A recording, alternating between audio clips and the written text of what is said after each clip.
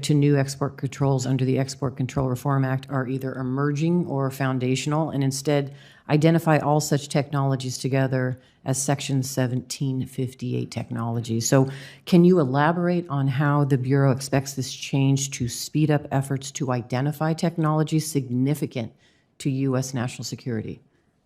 Thank you for that question, Senator. We found going through the process while we were looking at emerging and foundational technologies that we found an interagency debate over what's the difference between emerging and foundational. For example, is a 5-nanometer semiconductor emerging technology, or is it foundational next generation of an existing technology? Is a Tesla a new emerging vehicle, or is it just a car? So instead of dancing around that, to get technology protections out, we wanted to just identify them within the statute number 1758. That doesn't mean we won't go back and identify them as emerging or foundational and put appropriate controls. My guiding light is to put appropriate controls on technologies that may threaten the United States if used by the wrong people. But to get through the interagency process, we're going to blur that distinction.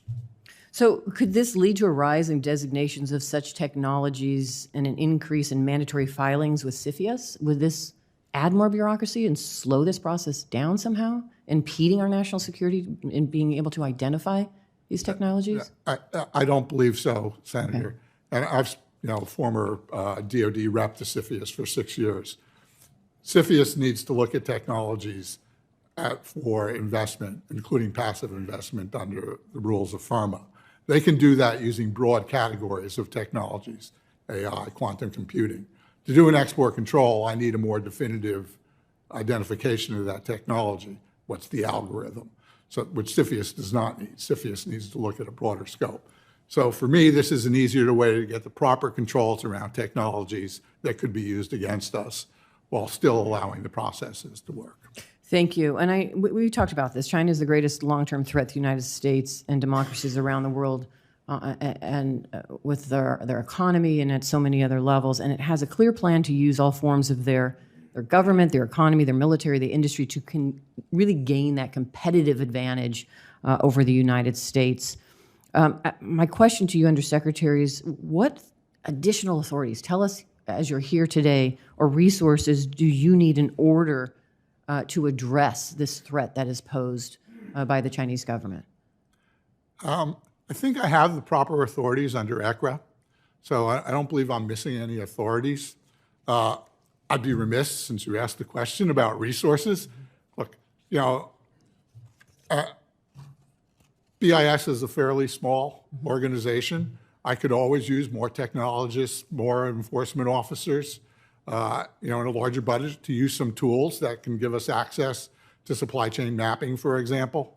So I would always look to Congress to help me in that regard. So let's talk about that workforce. So does that workforce exist? Do we have the skill set for what you need to be able to hire? I have some fantastic technologists on my staff. I think the talent is out there. Obviously, the government has to compete with that talent with the private sector. But, there's people like me who came back from the private sector who want to do the right thing to protect our national security, and I think we can access that talent. Thank you. And then finally, how is BIS working to protect the U.S. IP and innovation with the interagency to ensure that critical and emerging technologies do not land in the hands of our adversaries, such as Iran and North Korea? So just like our protections against China and China's theft of IP, we would have the same kind of controls. Theft of IP is a violation of export control because we also control the technical data around specific technologies. So if we found that someone that we could pinpoint that was stealing IP, that entity would probably land on the entity list, and we would take appropriate actions with our interagency partners.